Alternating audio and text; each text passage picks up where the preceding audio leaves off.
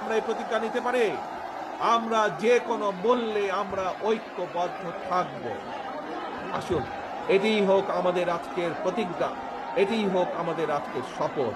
এবং আমাদের দ্বিতীয় শপথ হচ্ছে যে কোনো মূল্যে ঐক্যবদ্ধভাবে বাংলাদেশের জনগণকে সামনে নিয়ে আমরা দেশকে পুনর্গঠন করব। আবার কি ভাই, দেশকে আমরা পুনর্গঠন করব? কি দেশকে আবার পুনর্গঠন করব? ইনশাআল্লাহ, এই হোক আমাদের প্রতিজ্ঞা। প্রিয় সহকর্মীবৃন্দ, আজকে এই যে সম্মেলন অনুষ্ঠান, এই সম্মেলন অনুষ্ঠানের প্রথম পর্ব আমরা আজ এখানে সমাপ্ত করতে চাই।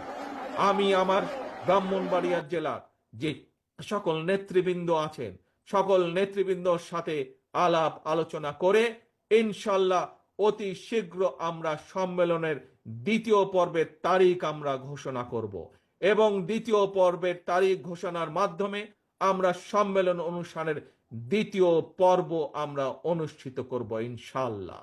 কিন্তু আজ যেই শপথ, আপনারা আস্তে আস্তে আস্তে, তালি বাজালে বুঝবেন না তো, তালি বাজালে বুঝবেন না, বসুন, একটু বসুন, 1 মিনিটে ছেড়ে দেবো আপনাদেরকে, আমি সকলকে।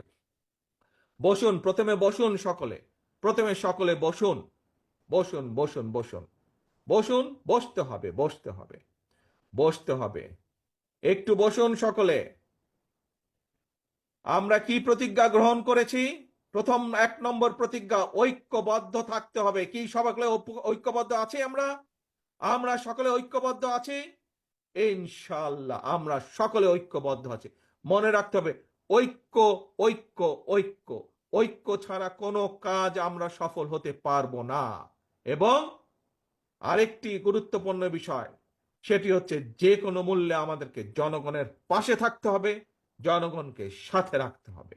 আসুন, প্রথম পর্ব যেরকম আমরা আজ সুন্দরভাবে, সফলভাবে আল্লাহর রহমতে শেষ করেছি, আমরা যাতে একইভাবে সুন্দরভাবে, সফলভাবে দ্বিতীয় সম্মেলনের দ্বিতীয় অংশ যাতে আমরা আগামী কয়েকদিনের মধ্যে সুন্দরভাবে সম্পন্ন করতে পারি, এই দোয়া চেয়ে এবং আমরা সকলে ঐক্যবদ্ধ থাকব এই শপথ গ্রহণের মাধ্যমে, সেই প্রত্যাশা রেখে আমি আমার বক্তব্য শেষ করছি। আল্লাহ হাফেজ। বাংলাদেশ